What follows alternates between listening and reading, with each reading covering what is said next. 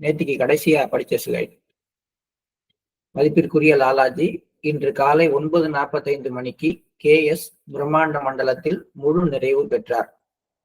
அன்பு ராமச்சந்திரா அவரை பரபிரம்மாண்ட மண்டலம் வரை மேலே உயர்த்தினார். இப்போது அவரது யாத்திரைக்கான இடமாக இருப்பது அந்த மண்டலத்தின் ஆன்மீக ராஜ்யம் ஆகும். இதுவரைக்கும் KS பத்தி சொல்லிட்டு அதன் பிறகு பாபுஜியை பத்தி லாலாஜி சொல்றார். உங்களை விட, அதாவது ராமச்சந்திராவை விட மேலான பாத்திரம் ஒன்றை நான் ஒருபொழுதும் பார்த்ததில்லை. இந்த மாதிரி ஒரு வெசல், ஹார்ட் மாதிரி ஒரு எக்ஸ்பேண்டட் ஹார்ட்டை நான் பார்த்ததில்லை.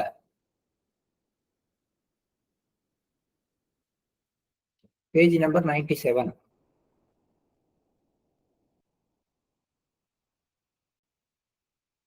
உங்களை விட மேலான பாத்திரத்தை நான் ஒருபோதும் பார்த்ததில்லை.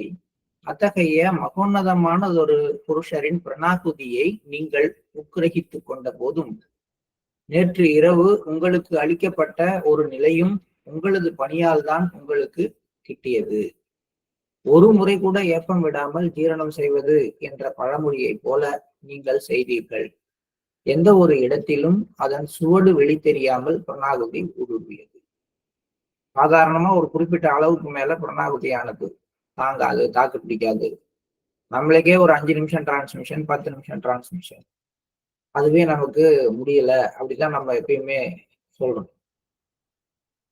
பாபுஜிக்கு கொடுக்கப்பட்ட அந்த உயர் நிலை டிரான்ஸ்மிஷன் ஒரு சின்ன அளவு எதிர்ப்பு கூட இல்லாமல் மிக எளிதாக பிரணாகுதி உள்ள போகுதுங்கிற இந்த ஒரு அடையாளம் கூட இல்லாமல் அவரால் ரிசீவ் செய்யப்பட்டதை லாலாஜி பாராட்டுறார். பின்னாடி ஒரு இடத்துல அதுக்கு பாபுஜி பதில் சொல்லுவார், நான் என்ன பண்ணினேன் அப்படிங்கிறத சொல்லுவாரு.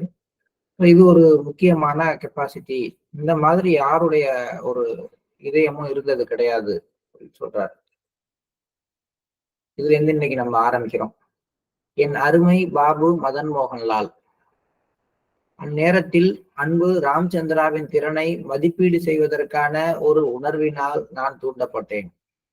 நான் அவரை தொடர்ச்சியாக 15 நிமிடங்கள் நிரப்பிக் கொண்டிருந்த போதிலும் பாத்திரம் நிரம்புவதற்கான அறிகுறியே அங்கு இல்லை.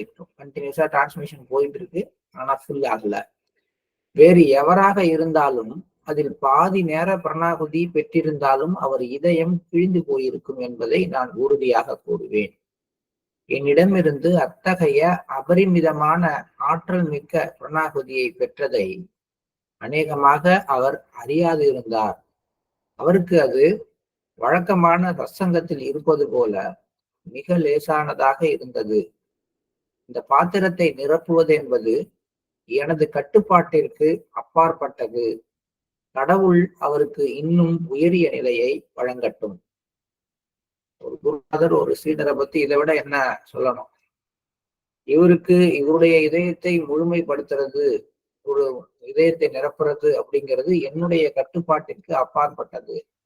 இவனுக்கு பாடம் சொல்லித்தர என்னால முடியாது, இதுக்கு வேற ஒரு ஆள் தான் வரணும் அப்படின்னு ஒரு வாத்தியார் ஒரு பையனை பார்த்து சொல்ற மாதிரி, குருவை மிஞ்சிய சிஷ்யன்னு சொல்ற மாதிரி, பாபுஜியை டிரான்ஸ்மிஷன் மூலமாக நிரப்புவது என்னுடைய கட்டுப்பாட்டை விட்டு தாண்டி விட்டது அப்படின்னு சொல்லிட்டு அவரை ஆசீர்வதிக்கிறார்.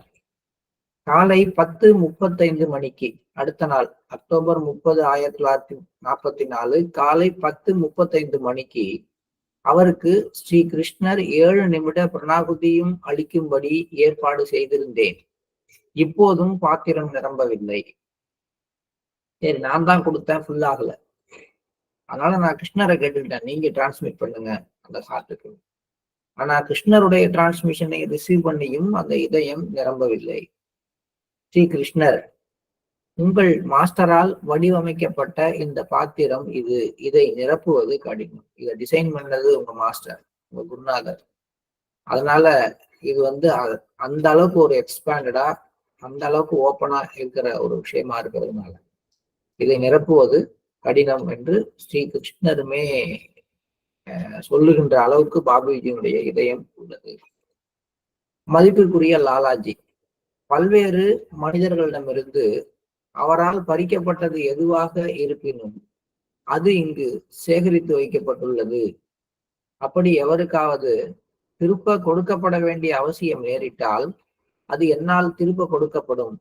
அந்த நபரது ஆன்மீக நிலைக்கான எல்லை வரை நான் புதிதாக நிரப்ப வேண்டிய அவசியம் இருக்கும் என்பதையே அது குறிக்கிறது.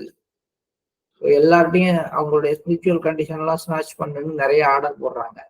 அந்த எனர்ஜி எல்லாம் இங்கதான் சேமித்து வைக்கப்பட்டுள்ளது அப்படிங்கிறாரு. அநேகமா பாபுஜியோட இதயத்தை தான் அவர் சொல்லணும். அதனால திரும்பியும் அந்த மனிதர்களுக்கு வந்து சரி பண்ணணும், அவங்களுக்கு அந்த ஸ்பிரிச்சுவல் கண்டிஷன் திருப்பி கொடுக்கணும்னா இங்க இருந்து தான் எடுத்து கொடுப்பேன், இது ஒரு களஞ்சியம் அப்படிங்கிற ஐடியாவுல சொல்றதா நான் அதை புரிஞ்சுக்கிறேன். பிரணாகுதியை பெற்றுக்கொள்ளும் திறனை அதிகரிக்க செய்யும் வழிமுறை இதுதான். இப்ப பாபுஜி இந்த மாதிரி இப்படி எக்ஸ்பேண்டடா வாங்குறாரு, ஒவ்வொரு அபியாசியும் இது மாதிரி தயார் பண்ண முடியுமா, அதுக்கு என்ன ஐடியா அப்படின்னு பாலாஜிக்கு தோன்றது. அதை இப்ப பேசுறார். முதலில் ஆர்வலரால் கிரகித்துக் கொள்ள இயலும் அளவை விட சற்று அதிகமாக பிரணாகுதி அளிக்கப்படுகிறது. பிறகு அது கிரகித்துக் கொள்ளப்பட வேண்டும். அது எப்படின்னா, ஒரு அபியாசிக்கு டிரான்ஸ்மிஷன் கொடுக்கும் பொழுது அவர் எவ்வளவு டிரான்ஸ்மிஷன் அவருடைய ஹார்ட் அக்செப்ட் பண்ணிக்குமோ அதை விட கொஞ்சம் எக்ஸஸா டிரான்ஸ்மிஷன் கொடுக்கிறது. இப்ப அந்த டிரான்ஸ்மிஷன் என்ன ஆகும்? பாத்திரத்தை விட்டு முழுதுவாய் நிரம்பிருச்சுன்னா மிச்ச டிரான்ஸ்மிஷன் என்ன ஆகும்? வழிஞ்சி நிரம்பி வெளியில தானே போகும். பட் அப்படி இல்லாமல் அந்த எக்ஸஸா இருக்கிற டிரான்ஸ்மிஷனையும் அவர் அப்சார்ப் பண்ணிக்கிறதுக்கான, கிரகித்துக் கொள்வதற்கான ஒரு தன்மை அவருக்குள்ளார உருவாகட்டும் அப்படிங்கிற ஒரு சங்கல்பாவோட அடுத்து இந்த எக்ஸஸ் டிரான்ஸ்மிஷன் கொடுக்கப்படுகிறது. இப்படி அடிக்கடி அவர் எவ்வளவு முடியுமோ அதை விட கொஞ்சம் அதிகமா கொடுக்க பிரணாகுதி பெற்றுக்கொள்கின்ற திறனானது அபியாசிக்கு அதிகரிக்கிறது. இது இயல்புல நம்ம ஒரு குழந்தைக்கு சோறு ஊட்டுறப்ப கூட அதான் சேரும். போதும்னு சொன்னா இந்த ஒரு வாய் மட்டும் அப்படின்னு சொல்லி எக்ஸஸா ஒரு வாய் திணிக்கும். எதுக்குன்னு கேட்டா அப்பதாங்க உடல் பெருக்கும் அப்படின்னு சொல்லுவாங்க சின்ன பிள்ளை. அதேதான் இந்தியன் லாலாஜியும் சொல்றாரு. அவரால் எவ்வளவு டிரான்ஸ்மிஷன் வாங்கிக்க முடியுமோ அதை விட கொஞ்சம் அதிகமா டிரான்ஸ்மிஷன் கொடுத்து அதை அவர் உட்கொள்ளுக்கு கொள்கிறார், கொஞ்சம் கொஞ்சமா அப்சார்ப் பண்ணிக்கிறார் அப்படின்னு ஒரு சங்கல்பம் வச்சுக்கிட்டா மெல்லமாக ஒரு உயர் திறன் மிக்க பாத்திரத்தை உருவாக்க இந்த வழிமுறை தொடர்ந்து செய்யப்பட்டால் அவர் அவருடைய பிரணாகுதி பெற்றுக் கொள்கின்ற திறனானது அதிகரிக்கும். சில நேரங்களில் ஆன்மீக நிலை திறனுக்கு அப்பால் மேம்படுத்தும் பொழுது அதை ஜீரணித்துக் கொள்வதற்கு உதவுவதற்கான தேவையும் எழுகிறது. ஒருத்தருடைய ஏற்றுக்கொள்கிற திறன் என்னவோ அதை விட அதிகமாக அவர் ஆன்மீகத்துல உயர்த்தப்பட்டால் அதை அவரால் ஜீரணம் செய்து கொள்ள முடியாது. ஜீரணம் செய்து கொள்ள முடியாத நிலை வரும் பொழுது அவருக்கு எக்ஸஸா கொஞ்சம் டிரான்ஸ்மிஷன் கொடுத்து அந்த விஷயத்த அவர் உள்ளுக்குள்ளார அப்சார்ப் பண்ணிக்கிறதுக்கு உதவுவதற்கான தேவையும் எழுகிறது. எப்படி இருந்த போதும் இதயத்தின் மீது அழுத்தம் இருக்கக்கூடாது. அது ரொம்ப முக்கியம். இந்த எக்ஸஸ் டிரான்ஸ்மிஷன்லயோ அல்லது ஒரு ஆர்வலருடையது அவருடைய எந்த அளவுக்கு அவருடைய நரம்பு மண்டலம் தாக்கு பிடிக்குமோ அல்லது அவருடைய உணர்திறன் எந்த அளவுக்கு இருக்கோ, அவருடைய தகுதி எந்த அளவு இருக்கோ அதை விட கொஞ்சம் அதிகமான ஒரு ஆன்மீக நிலையானது அவருக்கு அருளப்படுகிறது. ஏதோ ஒரு காரணத்தினால, மாஸ்டருடைய கருணையினால. அது அருளப்படுறது மட்டும் இல்ல, அது முழுசா அவருக்குள்ளார டைஜஸ்ட் ஆகிறதுக்கும் மாஸ்டருடைய சங்கல்பம் தான் உதவி செய்கிறது. ஆனா இது எல்லாத்துலயுமே எந்த விஷயம் ஜாக்கிரதையாக கவனிக்கப்படணும் அப்படின்னா, நம்ம அந்த அபியாசியுடைய இதயத்துல ஒரு அழுத்தம் வந்துடக்கூடாது. அப்படி அழுத்தம் வந்துச்சுன்னா என்ன ஆகும் அப்படின்னா, அவருக்கு தியானம் பண்றதுக்கு தைரியம் இல்லாம பயம் வந்துடும். மனோதைரியம் மோசமான விதத்தில் பாதிக்கப்படும் அப்படின்னு சொல்றாரு. நம்ம இது பெருசா பார்க்காம சாதாரண ஒரு இண்டிவிஜுவல் சிட்டிங் பார்த்தா கூட, ஒரு இண்டிவிஜுவல் சிட்டிங் வாங்கினால் அதனால உள்ளுக்குள்ளார போன அந்த டிரான்ஸ்மிஷனை முழுமையாக கிரகித்துக் கொள்றது, அப்சார்ப் பண்ணிக்கிறதுக்கு, அடுத்தது அதை ஜீரணித்துக் கொள்வதற்கு பல தனி தியானங்கள் அவசியம். தனி தியானம்னா நம்மளா பண்ற தியானம். ஆனா நம்ம மேக்சிமம் நம்முடைய தனி தியானங்களை குறைச்சிட்டோம். நினைத்தால் தினமும் இண்டிவிஜுவல் சிட்டிங் வாங்கிக்கிறோம். அதுவும் இப்ப ஆப் வந்த உடனே காலப்புறம் எந்திரிச்ச உடனே ஆப்ல சிட்டிங் வாங்கிக்கணும். நிறைய இருக்கு. ரிசப்டர்ஸ் ஊருக்கு நிறைய வந்த உடனே அவருக்கு ஃபோன் பண்றது, அவரு இன்னைக்கு அவைலபிள் இல்லைன்னா உடனே அடுத்தவங்கள்ட்ட போய் வாங்கிக்கிறது. ஒரு குரூப்பாக அபியாசிஸ் எத்தனை ப்ரிசெப்டர் வந்தாலும் எவ்வளவு ஆப் இருந்தாலும் செட்டிங்கே எடுக்கிறது இல்லைன்னு போறவங்க இருக்கிறாங்க. அவங்க ஒரு சைடுனா, இன்னொரு சைடு இன்னைக்கு வாங்கிட்டேன் நாளைக்கு உடனே போன் பண்றேன், உடனே அந்த ப்ரிசெப்டர் கூட அவர் இருந்தா கூட இல்ல வாங்கல நாளன்னைக்கு வாங்கலன்னா அது வரைக்கும் பொறுக்க மாட்டோம். நேற்று தானே வாங்கிருக்கீங்க அப்படின்னா இன்னைக்கு உடனே இன்னொரு ப்ரிசெப்டருக்கு போன் பண்ணி அவர்கிட்ட வாங்கிக்கிறேன். சரி, ஒருவேளை 2 ப்ரிசெப்டருமே இன்னைக்கு அவைலபிள் இல்லைன்னா கூட நம்ம தாங்க மாட்டோம், உடனே வந்து ஆப்ப சிட்டிங் வாங்கிக்கிறோம். இல்லைன்னா நம்ம பார்த்த ஒரு நல்ல ப்ரிசெப்டர் வேற யாராவது வெளியூர்காரங்க இருந்தாங்கன்னா அவங்களுக்கு போன் அடிச்சு வாங்கிக்கணும். வாங்கினதை என்ன பண்ணுது, டைஜஸ்ட் ஆகுதா, அது முழுசா அப்சார்ப் ஆயிருக்கா சிஸ்டத்துக்குள்ளார, அதுக்கு நான் பண்ண வேண்டியது என்ன, அதை நான் யூட்டிலைஸ் பண்றேனான்னு நம்ம யோசனை பண்றது இல்லை. அதனால அந்த மாதிரி நம்ம தொடர்ச்சியாக அதை செய்யல அப்படின்னா நம்முடைய இதயத்துல ஒரு அழுத்தமும் நம்முடைய தொடர்ந்து பயிற்சி செய்யறதுக்கான அந்த ஒரு தைரியமும் குறைஞ்சிடக்கூடிய வாய்ப்பு இருக்கு. அதனால வெறும் சிட்டிங்ல மட்டும் ஆர்வம் காட்டாம அந்த சிட்டிங்கை ஜீரணம் செய்து கொள்வதற்கான தனியா நம்ம பண்ண வேண்டிய பயிற்சி மேலையும் ஆர்வம் காட்டும். அதெல்லாம் சாதாரணமா சொல்லுவேன். அதெல்லாம் வந்து இது வந்து விதிமுறை எல்லாம் கிடையாது, சாதாரணமா சொல்லுவேன். ஒரு சிட்டிங் வாங்கினீங்கன்னா 10 முறை இண்டிவிஜுவலா உட்காந்து தியானம் பண்ணுங்க, அதுக்கப்புறம் அடுத்த சிட்டிங்க்கு வாங்கன்னு சொல்லுவேன். இல்ல எனக்கு நாளைக்கே வேணும்னா இன்னைக்குல இருந்து நாளைக்குள்ளார 10 முறை தியானம் பண்றாங்கன்னு விளையாட்டா சொல்றது. ஆனா உண்மை என்ன அப்படின்னு கேட்டா, குறைஞ்சது ஒரு ஒரு அரை மணி நேரத்துல ஒரு 20 நிமிடம் நீங்க டிரான்ஸ்மிஷன் வாங்குறோம் நம்ம அப்படின்னா, இந்த 20 நிமிட டிரான்ஸ்மிஷன் நமக்குள்ளார அப்சார்வ் ஆகிறதுக்கு, நம்முடைய ஒவ்வொரு செல்லுலையும் அதனுடைய எஃபெக்ட் போய் சேர்றதுக்கு பல முறை நம்ம உட்கார்ந்து தியானம் பண்ண வேண்டியது. மாஸ்டர் அதான சொல்றாரு பண்டாராவுக்கு போனா, நேரம் கிடைக்கும் பொழுதெல்லாம் அமர்ந்து தியானம் செய்யுங்கள் இதுதான் சொல்றாரு. எதனால சொல்றாரு அப்படின்னா, அதை அந்த கிரகித்துக் கொள்கின்ற தன்மையை அதிகரிப்பது. மதுராவில் யமுனை நதிக்கரை நெடுகிலும் 4 to 6 மைல் தூரம் ஒளியூட்டுங்கள். 2 பக்கமும் லெப்ட் அண்ட் ரைட் அந்த கரையோடைய 2 பக்கத்திலையும் 4 மைலிலிருந்து 6 மைல் தூரம் வரைக்கும் ஒளியூட்டுங்கள். அந்த பகுதி முழுவதிலும் உங்கள் பாதங்கள் படுவது மேலானதாக இருக்கும். மாஸ்டருடைய பாதம் படுறது ரொம்ப அவசியம். அது பட்டதுனாதான் இன்னும் வந்து அது டீப்பாக அந்த ஒர்க் நடக்கும். அப்படின்னா என்னன்னா நீங்க டைரக்டா அங்க போகணுங்கிறாரு. இங்க இருந்தே நீங்க ஒளியூட்டலாம்.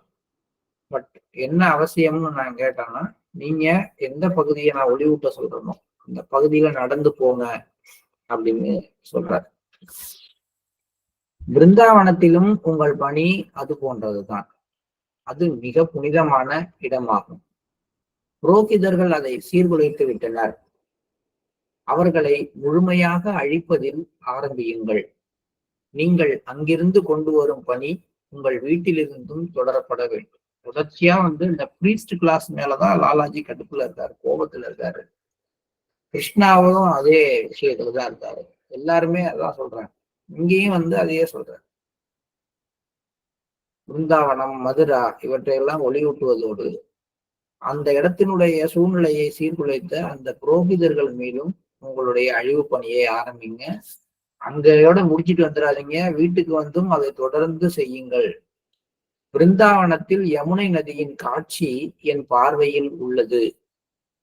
பொதுமக்களால் சாதாரணமாக அணுகக்கூடிய இடமாக அது இல்லை என்பதால் இன்னமும் தனது புனிதத்தன்மையை அது தக்க வைத்துள்ளது.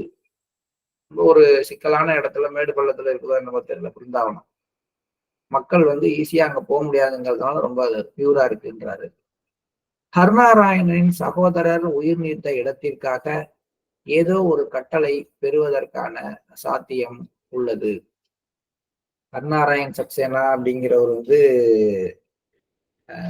இவரோட அவர் வந்து லாலாஜியினுடைய மனைவியினுடைய தம்பி. அவரு பேரு ராம்நாத். அவருடைய மகன் தான் இவர் ஹர்நாராயண். அந்த சகோதரர் உயிர் நீத்த இடத்திற்கு ஏதோ ஒரு கட்டளை பெறுவதற்கான சாத்தியம் உள்ளதுன்னு நீங்க சொல்றார். அது என்ன கட்டளை அப்படிங்கிறத பார்ப்போம். அதுக்கு கிருஷ்ணர் வர்றார். அவர் ஸ்ரீ கிருஷ்ணருக்கான உற்சாகமான தெய்வீக போதையின் பரவசத்தில் மரணம் அடைந்தார். அவர் இறக்கும் பொழுது முழுக்க முழுக்க கிருஷ்ணா கான்சியஸ்ல இறந்திருக்காரு அப்படின்றதுனால அவரை பற்றிய ஒரு கட்டளையே உங்களுக்கு கிருஷ்ணர் கொடுக்கலாம்னு லாலாஜி சொல்றாரு. அப்ப ஸ்ரீ கிருஷ்ணரே அடுத்து சொல்றார், உங்கள் மாஸ்டரால் குறிப்பிடப்பட்ட நபருக்கு நான் நேரிடையாக ஒளியூட்டினேன். அவர் என்னை பற்றிய எண்ணத்துல, அந்த உற்சாகத்துல, அந்த இன்டாக்சிகேஷன்ல அப்படியே இறக்குறப்ப நான் நேரடியாக அவரை ஒளியூட்டினேன். அதனால அவர் என்னுடன் இருக்கிறார். இது மாதிரி கிருஷ்ணரோடு நேரடியா என்கிட்டே வந்துட்டாரு அப்படின்னு சொல்லக்கூடிய அளவுல இருந்திருக்காரு அந்த சகோதரர். அவர் உங்கள் அமைப்பின் வம்சாவளி வரிசையில் அவரது பெயரும் பொன் எழுத்துக்களால் எழுதுங்கள். அந்த ஜீனிலாஜிக்கல் ட்ரீன்னு நம்ம ஏற்கனவே சொல்லிட்டு வரோம். அதுல யார் யார் பேர்லாம் வரணும் ஏற்கனவே சொன்னார். ஓம் தத் சத்துன்னு சொல்லி எழுத ஆரம்பிங்க. அதுல உங்கள் பெயர் முதல்ல எழுதப்பட்டோம், உங்க குருநாதர் பெயர் எழுதப்பட்டோம் அப்படின்லாம் சொல்லிட்டு வர்றாரு. அதுல இந்த கருணாயர் சக்சேனான்னு சொல்றாங்க, கருநாராயணன், அவருடைய ஒரு சகோதரருடைய பெயரையே எழுதுங்க. அவர் ஸ்ரீகிருஷ்ணர் ஆகிய என்னோட நேரடியாக கலந்துட்டாரு, என்கிட்ட இருக்கிறாரு அவர் இப்ப அப்படின்னு சொல்லு. மதிப்பிற்குரிய லாலாஜி இப்ப அடுத்த விஷயத்துக்கு வந்துட்டாங்க. ஒரு அதிசய கண்டுபிடிப்பு இது. இதயத்திற்கு ஒவ்வொரு புள்ளியுடனும் தொடர்பு உள்ளது. அது ஆர்மலரை மிக உயரிய புள்ளியாகிய துராவிற்கு இட்டு செல்லும் வழியாகும். துரா என்பது மிக உயர்வான ஒரு புள்ளி அப்படின்னு சொல்றாங்க. இதை பத்தியும் பின்னாடி திரும்பி சொல்லுவாங்க, அப்ப நம்ம பார்க்கலாம். அது வரைக்கும் எடுத்துட்டு போகக்கூடிய கெப்பாசிட்டி இதயமாகிய புள்ளிக்கு தான் இருக்குது. இந்த எண்ணத்தை கருத்தில் கொண்டு அன்பு ராமச்சந்திர அற்புதமான கண்டுபிடிப்பை அளித்துள்ளார். அனைத்து சிரமங்களும் இப்போது சுலபமாக்கப்பட்டுள்ளன. வீழ்ச்சிக்கான பீதி குறைந்துவிட்டது. ஆன்மீக பாதையில் இருக்கின்ற குழிகளும் தடைகளும் நீக்கப்பட்டு விட்டன. அதற்கான வழி என்னன்றத சொல்றார். இந்த வழிமுறை இதுதான். இதயத்திற்கு அனாகுதி அளிக்கும் போது பிரம்மாண்ட மண்டலம் அல்லது பரபிரம்மாண்ட மண்டலம் விழிக்கூட்டப்படுகின்றது என்ற எண்ணம் மேற்கொள்ளப்பட வேண்டும். இது அற்புதமான வழி. நேரடியாக பிரம்மாண்ட மண்டலத்துல ஒர்க் பண்றாங்க. இதயத்துல பிரணாகுதி அளிக்கும் பொழுது இந்த எண்ணத்தை வைத்துக் கொண்டால் போதும். அந்த மண்டலங்கள் அவேக்கணும். ஏன்னா இதயம் டாப் டு பாட்டம் எல்லா இடங்கள்லயும் பரவி இருக்கு. இதயத்தினுள் மிக உயரிய எல்லை வரை அடங்கி இருப்பதால் நீங்கள் எந்த புள்ளியை எண்ணத்தில் கொண்டாலும் அது மலர்ச்சி அடையும். எல்லாத்துக்கும் பேஸ் ஹார்ட்ல டிரான்ஸ்மிஷன் கொடுத்துட்டு நீங்க எந்த புள்ளியை பத்தி திங்க் பண்ணாலும் அந்த புள்ளி அவேக்கன் ஆகும். இது ஒரு அற்புதமான வழி. அப்ப இங்க இருந்து சீராக அந்த இடத்துக்கு அந்த பிரணாகுதியானது கடத்தப்படுறதுனால ஒரு அபியாசியினுடைய ஆன்மீக வளர்ச்சி சீராகவும் சரியாகவும் இருக்கும். அங்க எந்த சிக்கலும் வராது. எந்த புள்ளியை எண்ணத்தில் கொண்டாலும் அது மலர்ச்சி அடையும். மேலும் பாதையும் தெளிவாகும். உதாரணமாக பிரம்மாண்ட மண்டலத்தை திறக்கின்ற எண்ணத்தை மேற்கொண்டால் அந்த எண்ணம் அந்த எல்லை வரை சென்றடைந்து அதற்கு கீழுள்ள அனைத்து புள்ளிகளுக்கும் ஒளியை சென்றும்.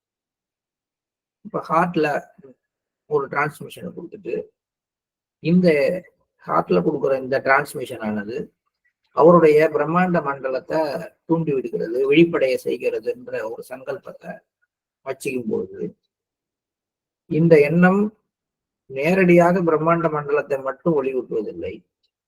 பிரம்மாண்ட மண்டலம் வரை செல்லுறதுக்கு கீழே இருக்கிற எல்லா புள்ளிகளையும் கிளீன் பண்ணி அதை அவேக்கன் பண்ணி அதுல ஒளியூட்டி அது வரைக்கும் பாதையை சரி பண்ணி அங்க போயிடும். இதுதான் ஹார்ட்ல டிரான்ஸ்மிட் பண்றதுனுடைய ஒரு முக்கியமான ஒரு பெனிஃபிட் அப்படின்னு சொல்றாரு. இது பாதைகளை தடைகளற்று எப்பொழுதும் தெளிவாக வைத்திருக்கும். எனவே ஒவ்வொரு பயிற்றுனரும் ஒவ்வொரு பிரிசெப்டரும் தங்களுடைய நாட்குறிப்பேட்டின் முதல் பக்கத்தில் கட்டாயம் எழுதி வைக்க வேண்டிய வழிமுறையாகும் இது. இதன் மூலம் ஒரு அபியாசியை, ஒரு ஆர்வலரை மிக மிக உச்சகட்ட புள்ளிக்கு இட்டு செல்ல ஒரு பிரிசெப்டரால முடியும். இது பிரிசெப்டருக்காக லாலாஜி கொடுத்திருக்கின்ற ஒரு முக்கியமான கருத்து. என்ன கருத்து? எப்ப ஒரு அபியாசிக்கு டிரான்ஸ்மிட் பண்ணும் பொழுதும் எல்லாருக்கும் எல்லா நேரமும் 13வது புள்ளின்னு கணக்கு கிடையாது. சாதாரணமாக அவருடைய நிலையை உயர்த்தணும் அப்படின்னு ஒரு பிரிசெப்டர் விரும்பும் பொழுதெல்லாம் அவர் செய்ய வேண்டியது இதயத்துக்கு புறநாகுதி அளிக்கிறது. அவருடைய பிரம்மாண்ட மண்டல் அல்லது பரபிரம்மாண்ட மண்டல் அந்த மாதிரி விஷயங்கள், அந்த மாதிரி உள்ள புள்ளிகள், மண்டலங்கள் அவேக்கன் ஆகுது அப்படிங்கிற ஐடியா வைத்துக் கொண்டால், அப்படிங்கிற எண்ணத்தை வைத்துக் கொண்டால், அந்த புள்ளி வரைக்கும் அவர் எந்த புள்ளி வரைக்கும் வெளிப்பூட்டப்பட வேண்டும் நினைக்கிறாரோ அந்த புள்ளி வரைக்கும் உள்ள எல்லா கீழ்நிலை சக்கரங்களும் ஒளியூட்டப்பட்டு, தூய்மையாக்கப்பட்டு, தடைகள் விளக்கப்பட்டு அந்த புள்ளி மலர்ச்சி அடைகின்ற ஒரு அற்புதம் நிகழ்கின்றது. எனவே ஒவ்வொரு பிரிசெப்டரும் இதை ஒரு எப்பொழுதும் நம்ம தங்களுடைய டைரியில குறிச்சு வச்சுட்டு அடிக்கடி ஞாபகப்படுத்திக் கொள்ள வேண்டும். இதை செய்யணும் அப்படின்னு சொல்றேன். இதற்கு முன்னால் கூறப்பட்ட எனது கண்டுபிடிப்பு ரகசியமாக இருக்கும். ராம்சந்திர அதை புரிந்து வைத்துள்ளார். இருப்பினும் அதை அவர் வெளியில் தெரியப்படுத்தாமல் இருப்பதற்காக அது அவருக்கு முழுவதுமாக வெளிப்படுவதை நான் அனுமதிக்கவில்லை. அது ஒவ்வொரு புள்ளியையும் முழுமையாக திறக்க உதவுவதற்கான ஒரு வழிமுறை. அந்த வழிமுறை ஏதோ சொல்லியிருக்காரு லாலாஜி. ஆனால் அதை முழுசா ஓப்பன் பண்ணக்கூடாது. ஏன்னா ஒவ்வொரு புள்ளியையும் முழுமையாக திறப்பது அப்படிங்கிறது ஒவ்வொருத்தரையும் அதுக்கான பக்குவம் இல்லாமலே அவங்களுக்கு அதுக்கான திறமையை கொடுக்குற மாதிரி அது ஒவ்வொரு அபியாசியையும் தவறாக வழி நடத்தக்கூடும் அப்படிங்கிறதுனால அதை சொல்ற. அதை நிகழ்த்துபவர், அதாவது எந்த ஒரு புள்ளியையும் முழுமையாக திறக்கிறதுக்கான ஒரு வாய்ப்பு உள்ளவர் அப்ப என்ன பண்ணணும்னா அந்த புள்ளிக்கு அந்தாண்ட இருக்கிற அடுத்த புள்ளியானது விழிப்பூட்டப்படாத வண்ணம் தனது இதயத்தில் ஒரு கட்டுக்கோப்பான எண்ணத்தை உருவாக்கி கொள்கிறார். இது ரொம்ப ஜாக்கிரதையா செய்யணும். ஏன்னா ஒரு புள்ளி ஒளியூட்டப்படுது அப்படிங்கிறத எப்படி பார்க்கணும்? அந்த புள்ளி மட்டும் கரெக்டா ஒளியூட்டப்படுவதில்லை. ஆல்ரெடி அதுக்கு முதல்ல இப்போ ஒருத்தர் 9வது புள்ளி ஒருத்தருக்கு ஒளியூட்டப்படுது அப்படின்னா 9 மட்டும் பிரைட் ஆகிறது இல்லை. அதுக்கு ரொம்ப காலத்துக்கு முன்னாடியில இருந்தே அவர் 6வது புள்ளியில இருக்கும் போதுல இருந்தே 9வது புள்ளியானது மெல்லமா மெல்லமா மெல்லமா அதனுடைய ஒளியை ஈர்த்து கொண்டு மெல்ல மெல்ல அது ஒளியூட்டப்பட்டு கொண்டே வருது. அதே மாதிரி 9வது புள்ளியில ஒரு டென்ஸா அதனுடைய ஒளியானது அதானது மேன்மை அடையும் பொழுது அந்த மேன்மை தன்மை அப்படியே இல்லாம அது 10வது புள்ளி 11வது புள்ளிக்கு அப்பையில இருந்தே போக ஆரம்பிச்சு. 9வது புள்ளி ஓரளவுக்கு ஓப்பன் ஆகுது கொஞ்சமா அப்படின்னா அது அந்த புள்ளிக்கு மட்டும் பயன்படும். மற்ற புள்ளிகள் அந்த அளவுக்கு அந்த ஒளியை பெறாது அல்லது தூண்டப்படாது, விழிப்படை. ஆனா முழுமையா ஒருத்தர் 9வது புள்ளியை திறக்கும் பொழுது உடனடியாக அது அடுத்த புள்ளிகள் அத்தனைக்கும் ஓரளவுக்கு, அதாவது ஒரு இடத்துல லைட்டை போட்டோம்னா அது பக்கத்துல இருக்கிற எல்லா ரூம்லயும் கொஞ்சம் கொஞ்சம் வெளிச்சம் தெரியுற மாதிரி. அப்ப என்ன ஆகும்னா ஆட்டோமேட்டிக்கா அடுத்தடுத்த புள்ளிகள் இது 100% ஓப்பன் ஆயிடுச்சுன்னா அடுத்தது 75%, அடுத்தது 50%, அடுத்தது 20% ஓப்பன் ஆயிடுறதுக்கான வாய்ப்பு. இதெல்லாம் என்னுடைய கற்பனை. தயவு செஞ்சு இதை நம்ம புரிந்து கொள்வதற்காக மட்டும்தான் நான் சொல்றேன். சரியா உங்களுக்கு இந்த புரிதல் இருந்துச்சுன்னா ஏத்து. அது ஆபத்துங்கிறார். ஒரு புள்ளி முழுமையாக திறக்கப்படும் பொழுது அடுத்த புள்ளிகள் வெளிப்படைஞ்சிடும். அதனால இந்த முறையை ரகசியமாக வைத்துக் கொள்ளுங்கள். என்ன முறைங்கிறது டைரியில இல்லை.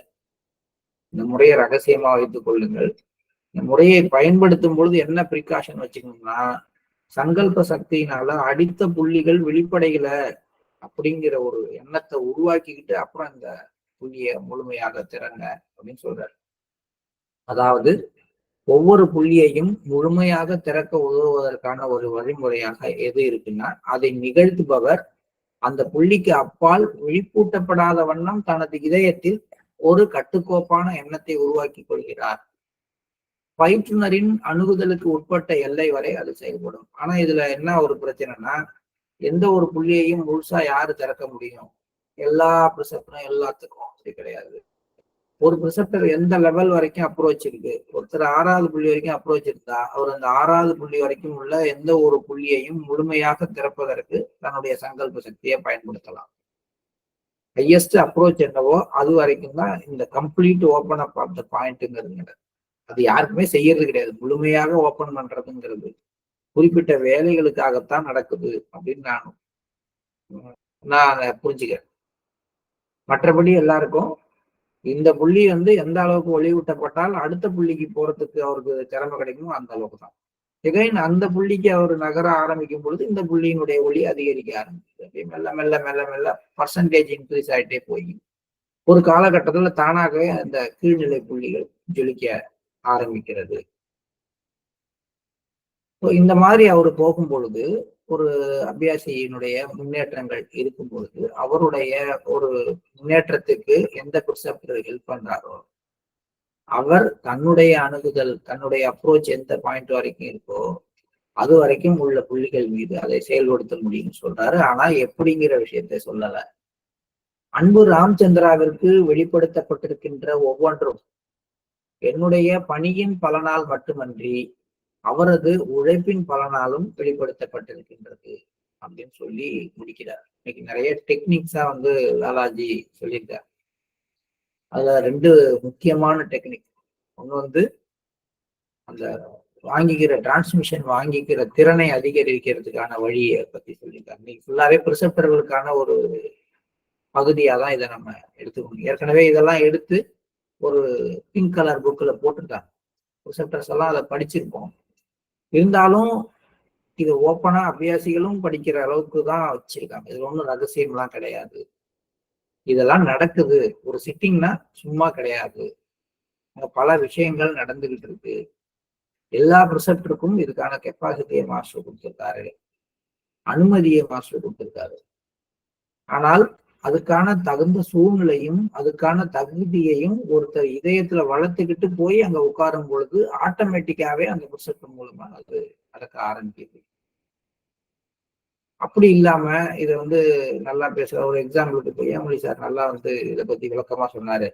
இன்னைக்கு உடனே ஒரு போனை போட்டு அவர்கிட்ட ஒரு சிட்டிங் வாங்கணும்னா சரியா போயிடுன்னு நினைச்சீங்கன்னா ஒரு காலத்துலயும் நடக்காது. உங்களுக்கு பக்கத்துல அருகாமையில இருக்கிற ஒரு ப்ரிசெப்டர் விட உங்களுக்கு தூரத்துல இருந்து டிஸ்டன்ஸ்ல இருந்து கொடுக்குற ஒரு ப்ரிசெப்டர் பெருசா எதையும் சாதிக்க முடியாது. இந்த சாதனை எல்லாம் ஒரு ப்ரிசெப்டருடைய திறமை கிடையாது. என்னை பொறுத்த வரைக்கும் ஒரு அபியாசியினுடைய பக்குவத்தை பொறுத்தது. அவருடைய இதயம் எந்த அளவுக்கு பக்குவமாக எதையும் ஏற்றுக்கொள்ற திறனோட எதுக்கும் அந்த முக்கியத்துவத்தை முழுமையாக வழங்குற திறனோட இருக்குதோ அதை பொறுத்துதான் அது நிகழுதே ஒழிய நிச்சயமாக ஒரு திறமையான ப்ரிசெப்டருங்க அவர் எங்க இருந்தாலும் கண்டுபிடிச்சி எல்லாத்தையும் நீக்கி அந்த மாதிரிலாம் நம்பாதீங்க. என்னை பொறுத்த வரைக்கும் சில நடக்கும். அது எப்ப நடக்கும்னா சில நேரங்கள்ல தானாகவே இயல்பாகவே அவரை சந்திக்கிற ஒரு சூழ்நிலை இயல்பா ஒரு சிட்டிங் உட்கார்ற ஒரு வாய்ப்பு நடக்கும். அது ஒரு பழக்கமா வைத்துக் கொள்வதன் மூலமாக எதையும் சாதிக்க முடியாது. காய்கறி பழத்தெல்லாம் சொல்லுவாங்க, நீங்க லண்டன்ல பாரிஸ்ல இருக்கிற காய்கறி பழம்லாம் சாப்பிட்டா உங்க உடம்பு ஏத்துக்காது. உங்க சூழ்நிலையில உங்க ஊரு சுத்தி விளையிற காய்கறியையும் பழங்களையும் சாப்பிடுங்கள். அது உங்களுடைய உடலுடைய வெப்பநிலைக்கு உங்களுடைய உடலுக்கு மிகவும் பலனுள்ளதாக இருக்கும். உங்க சீசன்ல விளையிற காய்கறியை சாப்பிடுங்க. காய்கறி பழத்துக்கு மட்டும் இல்ல, ப்ரிசெப்டருக்கும் அதுதான். உங்க ஊர்ல உங்களுக்கு பக்கத்துல இருக்கிற ப்ரிசெப்டர்களை நேரடியாக போய் பார்த்து அவங்கள்ட்ட பேசி அவங்களோட உட்கார்ந்து அவங்களோட சேர்ந்து உட்கார்ந்து புக்கு படிச்சு அந்த மாதிரி ஒரு சிட்டிங் வாங்கும் பொழுது கிடைக்கிற அந்த ஒரு ஆன்மீக வளர்ச்சி தான் நிலையானதாக வலுவானதாக இருக்கும். தொட்ட திருநூறுக்கும் ஆப் மூலமாக சிட்டிங் வாங்குறதும் போன் பண்ணி எனக்கு அந்த ஊர்ல எனக்கு ஒரு நல்ல ப்ரிசெப்டர் தெரியும், பண்டாரா போறப்ப பார்த்தேன், என்னமா அருமையா பேசினாரு தெரியுமாங்க அவரோட நம்ம சேர்ந்துட்டு நான் உங்களுக்கு போன் பண்றேன் சார், அடிக்கடி எனக்கு சிட்டிங் கொடுத்துருங்க அப்படின்லாம் வாங்கினாதான் என்னை பொறுத்த வரைக்கும் அது மிகப்பெரிய விளைவுகளை ஏற்படுத்தாது. காரணம் அவர் கொடுக்குற சிட்டிங்ல எஃபெக்ட் இல்லைன்னு அர்த்தம் கிடையாது. நீங்க வெளியூர் காய்கறி சாப்பிட ஆசைப்பட்டு இருக்கீங்க, அவருடைய சூழ்நிலை வேற, நீங்க வாழ்ற சூழ்நிலை வேற. உங்க 2 பேருக்குமான இணைப்புங்கிறது ஒரு குறுகிய காலகட்டத்துல அந்த 1/2 மணி நேரத்தை தாண்டி இருக்கிறது இல்லை. அந்த 1/2 மணி நேரத்துல அங்க இருக்கிற இணைப்பு அதுக்கு அப்புறமேட்டுக்கு தொடர்றதும் கிடையாது. ஏன்னா நீங்க அடிக்கடி பார்த்துக்கிறது கிடையாது. உங்களை பற்றிய சிந்தனை அந்த பிரிசெப்டருக்கு கிடையாது. அந்த பிரிசெப்டரை பற்றிய சிந்தனை உங்களுக்கு கிடையாது. இதெல்லாம் ஏதோ ஒரு விதத்துல நமக்கும் அந்த டிரான்ஸ்மிஷனுக்கும் இடையில உள்ள தொடர்பு துண்டிச்சு விட்டுரு. இதை பத்தி நிறைய பேருக்கு மாற்று கருத்துக்கள் இருக்கலாம். இது என்னுடைய கருத்து தான். என்னோட முழுமையா நான் என்ன சொல்ல வரேன் அப்படின்னா, இந்த டிரான்ஸ்மிஷன் கொடுக்குற மெத்தடை பத்தி சொல்றாரு, அடுத்தடுத்த புள்ளிகளை வெளிப்பூட்டுறதை பத்தி எல்லாம் பாலாஜி சொல்றாரு. இது எல்லாத்தையும் செய்யற திறமைகள் எல்லா ப்ரிசெப்டர்ட்டையும் இருக்கிறதுனால நம்ம எடுத்துக்கொள்ள வேண்டிய ஒரு சங்கல்பம் என்னன்னா, முடிந்த வரைக்கும் நமக்கு அருகாமையில் இருக்கின்ற ப்ரிசெப்டர்களை நேரடியாக சென்று அவர்களுடைய இல்லத்திலோ அல்லது ஒரு பொதுவா சென்டர்லயோ பார்த்து அவங்க சொல்ற நேரத்துக்கு கொஞ்ச நேரம் உட்கார்ந்து வெயிட் பண்ணி, ஒரு தடவைக்கு 2 தடவையா அவங்கள்ட்ட வந்து ரெக்வஸ்ட் பண்ணி, அப்படி ஒரு சிட்டிங்கை வாங்கும் பொழுது அதுதான் வந்து நமக்கு சரியான பக்குவத்தை கொடுத்து அந்த பாத்திரத்தை ரெடி பண்றதுக்கான வாய்ப்பாக இருக்கும். அது ஒன்றும் அவமானம்லாம் கிடையாது. ஒரு ப்ரிசெப்டருக்காக போய் வெயிட் பண்ணி இருந்து சிட்டிங் வாங்குறது, எப்படி இவரு நம்மளை வெயிட் பண்ண வைக்கிறது, இதெல்லாம் ஒரு ப்ரிசெப்டருக்கான குவாலிட்டியானலாம் ஒரு அபியாசி கேட்க வேண்டியது கிடையாது. இப்பெல்லாம் அபியாசி கேட்கறது இல்லை, அடுத்த ப்ரிசெப்டரே சொல்றாங்க, அவர்கிட்ட போறீங்களா, அவர் என்னங்க ப்ரிசெப்டர் அவரு இவ்வளவு நேரமா உங்களை உட்கார வச்சாரு, நீங்க வாங்க நான் உடனே தர்றேன் அப்படின்னு சொல்ற அளவுக்கு இன்னைக்கு போயிட்டு இருக்கோம். அது ஒரு விதத்துல சரியாக இருந்தாலும் ஆனா அது சரி கிடையாது. நம்மளுடைய ஒரு ஆன்மீக முன்னேற்றத்துக்காக ஒரு ப்ரிசெப்டரை தேடி போகும்போது அவர் ப்ரிசெப்டர் கிடையாது, அவர் மாஸ்டர். நான் மாஸ்டர்கிட்ட சிட்டிங்காக போகும்பொழுது மாஸ்டர் வெயிட் பண்ண சொன்னா வேற ஒரு மாஸ்டர்கிட்டே போயிடுவேன், போக மாட்டேன். அப்ப நான் ப்ரிசெப்டர் போல இப்ப நான் போய் ஒரு மாஸ்டர்கிட்ட தான் சிட்டிங் வாங்க போறேன். மாஸ்டருடைய பிரசன்னம் தான் அங்க இருக்க போகுதுன்னா அதை ஒரு ப்ரிசெப்டர் வேணும்னு தடுக்க முடியாது. அவருடைய சூழ்நிலை கூட மாறி போய் அவர் ரெடி ஆகணும். அப்படி நடக்காம அங்க கொஞ்சம் வெயிட் பண்ண வேண்டிய சூழ்நிலை வந்தா அது மாஸ்டருடைய விருப்பம்னு நினைச்சுதான் வெயிட் பண்ணும். இதை பத்தி நிறைய பேசலாம். இன்னைக்கு இதோட நம்ம நிறுத்திக்குவோம். கொஞ்சம் இதை பத்தி நம்ம சிந்தனையை வச்சுக்குவோம். நேரடி தனி தியானங்களுடைய அவசியத்தை நம்ம மனதுல கொஞ்சம் ஆழமாக பதிய விடுவோம். அனைவருக்கும் நன்றி. இப்ப நம்ம காலை நேர தியானத்திற்கு செல்லலாம்.